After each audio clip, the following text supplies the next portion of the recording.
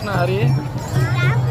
आज कैवल्य साम्राज्य चक्रवर्ती ज्ञानोबरायांच्या पालखीसोबत आम्ही पायी चालत आहोत. तर पायी चालत असताना स्वीटी आणि लाडू एक गीत गात आहेत.